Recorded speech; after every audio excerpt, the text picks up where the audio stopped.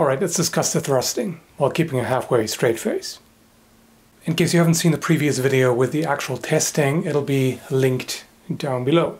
And there were a number of swords being tested against ballistic gel. And so let's talk a little bit about the results and also some of the feedback that people have given. First off, there was one error or oversight or whatever you want to call it.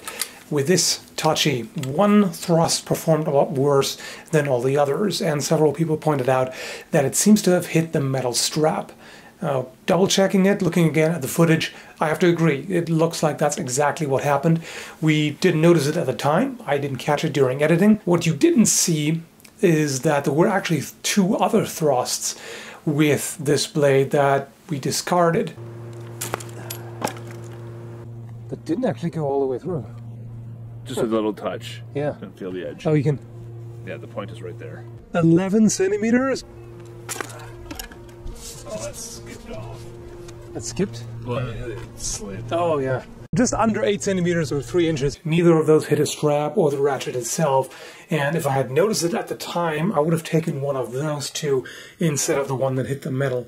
But ideally, even better, we would have redone it again. At the same time, you know, in the interest of fairness, you want to redo a thrust that's poorly done, but you can also overdo it if you keep redoing it because, oh, this wasn't quite good enough, this wasn't quite good enough. Case in point, the very first thrust with the war sword, which was also the first thrust overall, did noticeably worse than all the subsequent ones. Should it be discarded because of that? Now overall, with the Tachi, it did pretty well. It was generally in around the 20 centimeter range, so those did seem to be outliers. And like I pointed out in that video, extreme outliers generally need to be discarded for more statistically accurate data. Now, we didn't have anywhere near enough data for it to be particularly scientific or statistically viable. You'd have to do that a lot more times. But either way, this is something that slipped through the cracks, so to speak, and that 1/8 should definitely be ignored. The other two shallow thrusts off camera, should they have been taken into consideration? I don't think so, because they were noticeably worse than the others, and by such a margin that it seems like it was caused by some kind of inconsistency. But stuff like this is hard to tell sometimes. Several people asked why the Tachi wasn't used with both hands, and the reason for that is consistency. We wanted to test all of the different swords in the exact same way with one hand with the same technique, because if we didn't, then we wouldn't be comparing just the blades, we'd be comparing techniques as well as blades. You don't want to get additional factors in there. The more different variables you introduce, the less accurate the testing is, basically. And some people said that, well, you're doing it wrong. Again, if you want to compare different blades and want to make it fair and even, you have to do it the same way. But even so, this is the most fundamental, simplest kind of thrust. And if you look at Kenjutsu, that's how it's done. You hold the blade in front of you, you step forward. There may be a forward thrust with the arms, or there may not. The most important part of that is actually engaging the entire body. Stepping into it is mainly what constitutes an effective thrust, regardless of the weapon, really. I mean, sure, in close quarters, if you cannot take that extra step, you may just have to use nothing but the arm, for sure. But as an opener, or as a counter, when you're outside of measure, this is how it's done. You step forward either with a passing step or with an advancing step. Looks the same way in Kenjutsu. There's certain nuances, sure, like how do you grip it, how do you position your wrist, you know, does the edge point downward or to the side? Of course, and against an actual opponent, this wouldn't matter. You know, whether the blade goes in like this or like that can make a difference, because ribs, for example, this will slip more easily between the ribs than that. But in this case, again, it was synthetic ballistic gel that is the same consistency all throughout. Some people are also saying that with a curved blade, you have to thrust in an arc as opposed to straight forward, you know, either upwards or sideways. Now, if you have a strongly curved blade, then yes, it can be a good idea to do it this way, because that way things are a little more aligned. If you thrust straight forward, it may end up impacting partially with the edge and not with the point. And if you take a closer look, you'll see that Eric tilted the blade slightly to avoid bad alignment. The scimitar wasn't actually taken into account. It was not part of the original 4 swords. It was just thrown in as a bonus. And even so, this performed really well. And this was one of the interesting observations. Even a blade that is this strongly curved, which is quite a lot, where you would generally think, okay, you need to thrust in a different way, even if you throw a thrust almost the exact same way as with a straight blade, it does quite well. I mean, 19 centimeters. These two were roughly equivalent, even though the Dao has a broader blade and is not that strongly curved. I'll talk more about the similarities later on. Another concern is consistency, hit location, and particularly consistent power. Now, I did ask Eric to make it as even as he can. Use the exact same amount of force with all of them, so nobody can accuse us of being biased. I mean, they will anyway, but he's not a machine. The human factor can't be ruled out with this sort of test, and it's not going to be 100% exactly the same force each time. As far as hit location is concerned, it does make a difference whether the thrust lands in the center of the gel or on the side, because the side is going to have more give and absorb more than the center. Did we see that in the tests? Not really. I mean, not very pronounced. It wasn't super noticeable. In fact, I expected that to matter more.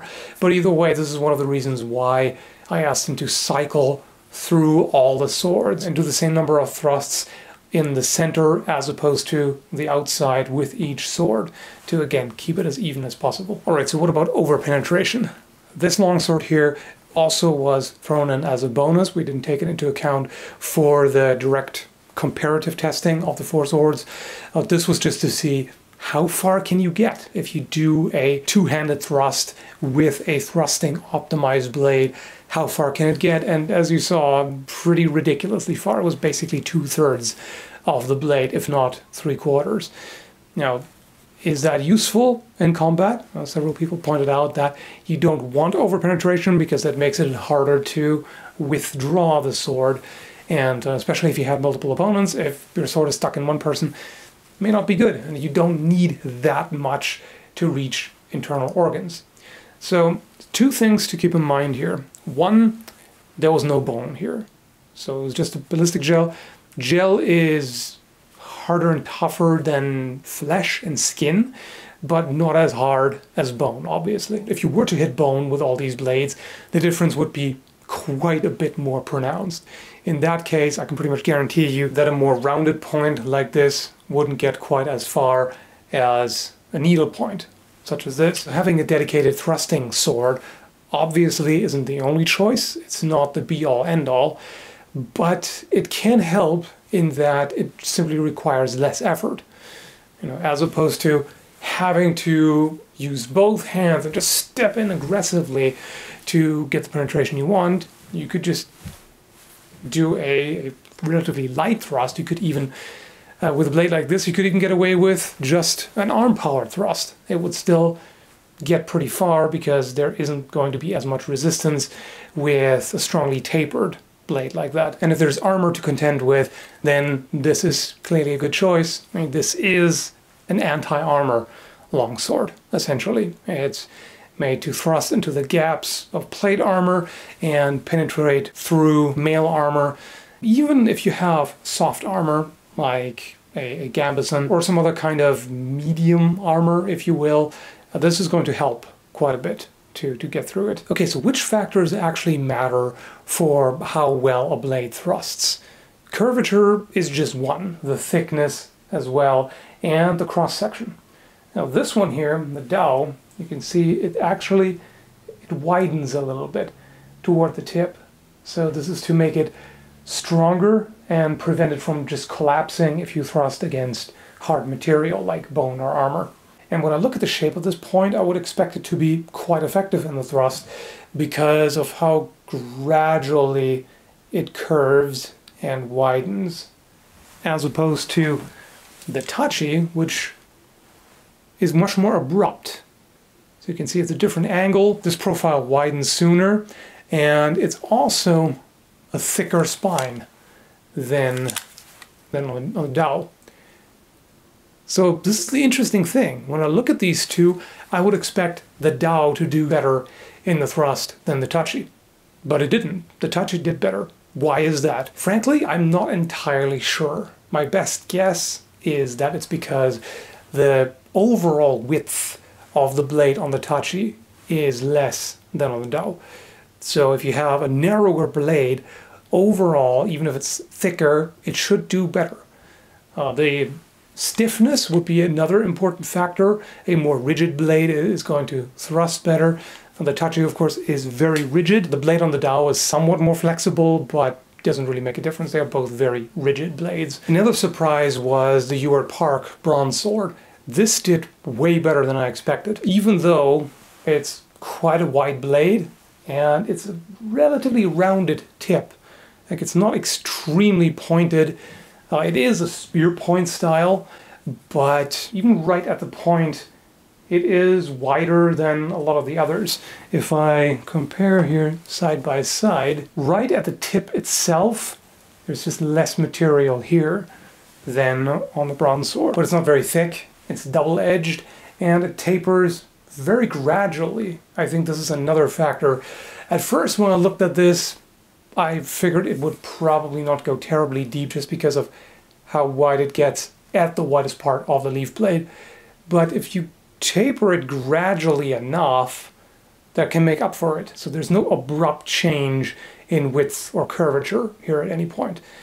As far as the width is concerned, this of course makes quite a bit of a difference for a thrust as well. If you compare these two here, the longsword is of course going to penetrate far better than the leaf blade.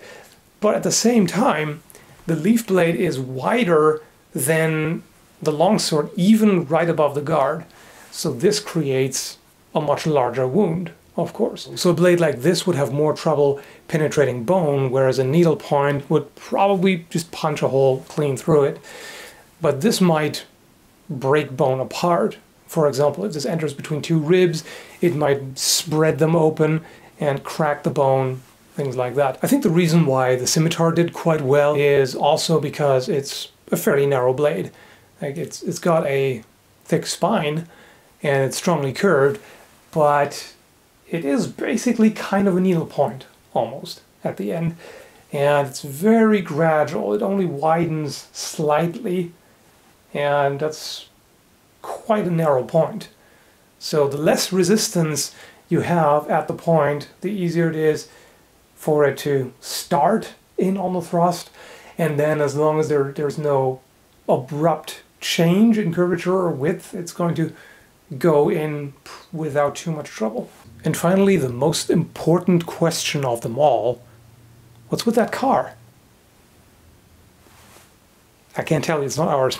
Okay, so overall, even though this was not an accurate scientific experiment by any means, I found it pretty interesting because it drives home the point that sometimes you may overanalyze something, like a blade in this case, based on the properties that it has, like the precise shape and this and that and the other, and then you put it to the test and you find it doesn't actually make that much of a difference. If you look at the lower values in particular for each sword, they are much closer together. There was a thrust with a war sword that only got to 20, or a couple of centimeters above 20, and most of them were somewhere around 20.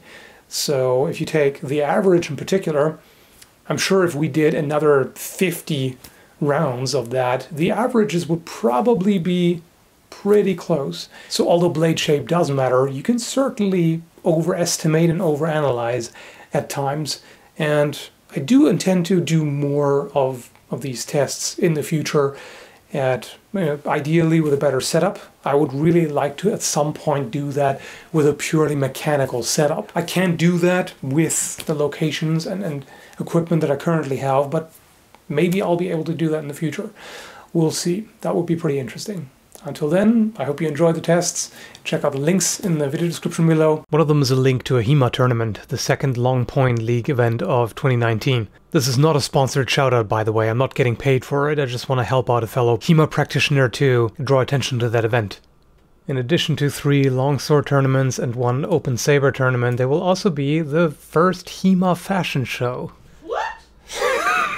So check out the link in the video description.